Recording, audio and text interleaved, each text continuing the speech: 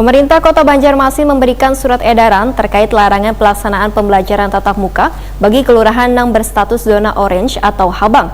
Kada hanya itu, namun warga yang berada di kawasan tersebut juga kada diizinkan mengikuti pelaksanaan pembelajaran tatap muka di sekolah, walaupun sekolahnya berada di zona hijau. Pemirsa, berikut untuk kabar selengkapnya.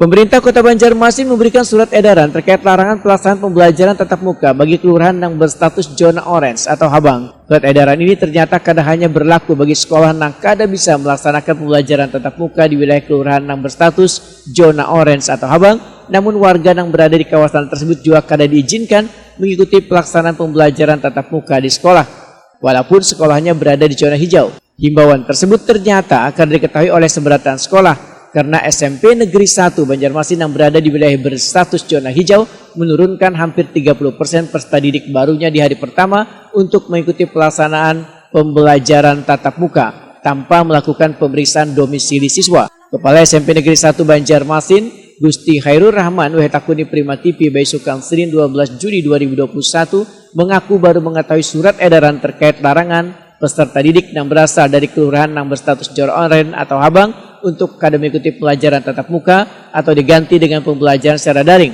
Surat edaran tersebut baru diketahui sehari sebelum pelaksanaan pembelajaran tatap muka.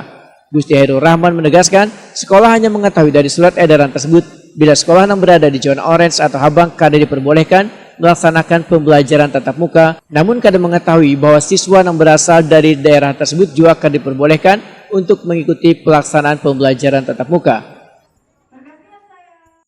Yang ditunda untuk PTM itu adalah sekolah-sekolah yang di zona oranye. Jadi kalau siswanya ini kan kita tidak tahu nih dari mana. Oh gitu. Tidak ada pendataan khusus Pak untuk siswanya Pak? Belum, karena pemberitahuan yang mengenai zona oranye itu kan baru kemarin kita tahu.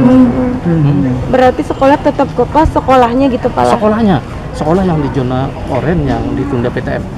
PTM tetapi PTM yang terbatas. Nah, mengenai pemberitahuan surat tadi itu baru tadi malam ya.